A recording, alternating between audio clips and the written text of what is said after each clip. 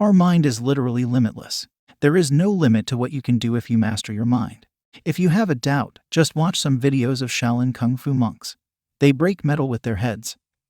They walk on fire. They walk on glass. If reality was rigid as we thought, would this even be a possibility? Of course not. The only way this can happen is if the universe is mental. You choose to experience pain or not. A lot of pain is unnecessary, and just a concept in our mind that we create and get attached to it. You can experience this with taking cold showers. I experimented with cold showers, and at the beginning of my journey I was always shivering and my body get tense and I can't wait to get out. But one day I just realized this is just a concept, and it's only because I associate cold showers with pain and how everybody hates them.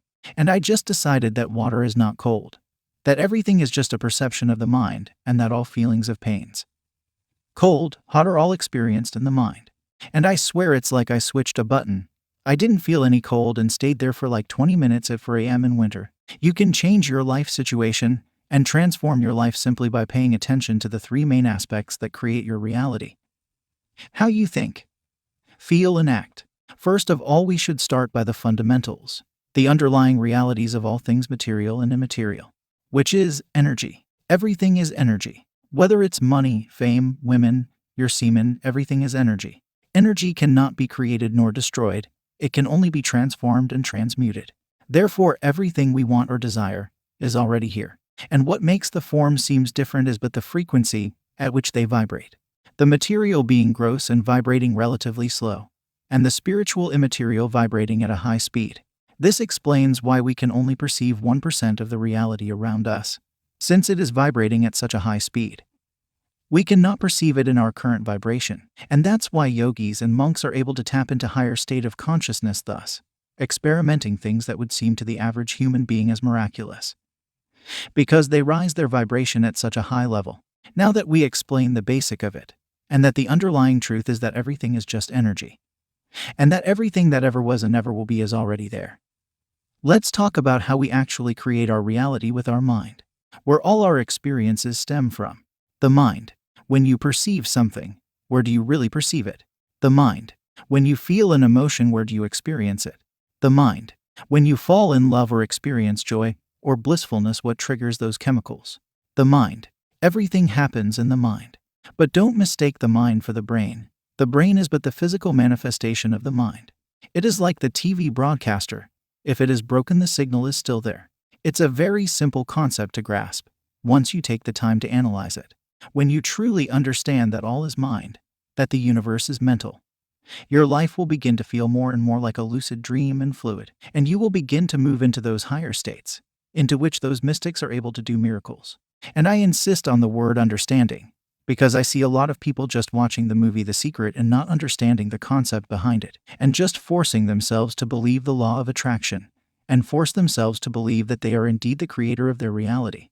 But this method always backfires. You will always self-sabotage yourself at the end, because it is only by truly understanding that, by reflecting on your own life experiences and connecting the dots yourself, and not just someone else telling you that your mind create reality, only then can you really begin to use this knowledge, and begin to really become careful about how you think, feel, and act.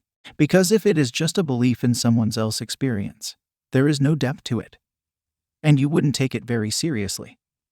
Which explains why nearly the whole world knows about this knowledge, yet they live in pain and sorrow.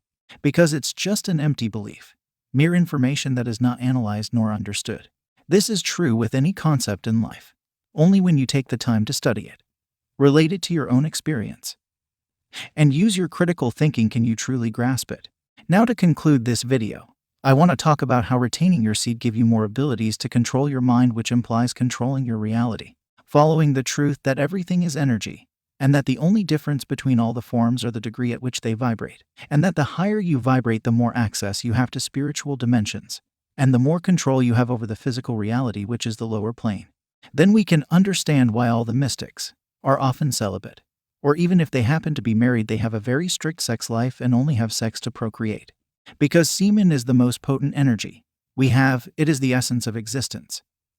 It is the manifestation of God, literally. It is the creative force, which creates another being when there was none. So to hold this energy within and not leak it, whether through sexual thoughts or sexual intercourse. It has no other way than to go upward and making us vibrate at a higher vibration, thus feeling more energized, driven, joyful, etc. Compared to having sex and leaking your energy, you feel dead, you sleep a lot. You are depressed. This is the reason why all those who decide to take the higher path are insisted upon the vow of celibacy and being chaste. You can't create a higher possibility if you feel dead and lethargic. Just try to remember someday, when you felt lethargic, you won't even get out of your bed, let alone create your reality and reach higher states of dimensions and live a worthwhile life. This is why semen retention is the master key that hold all of these teachings together. You can read about the power of the mind all day, but if you're releasing your energy, that only means you don't have control over your mind to begin with. So it will be useless information to you. And even if you use it, it will be to manifest lower desires, such as attracting a mate or something of that nature, which YouTube is full of. But to take the higher path, to create a legacy, you must have the creative force within you.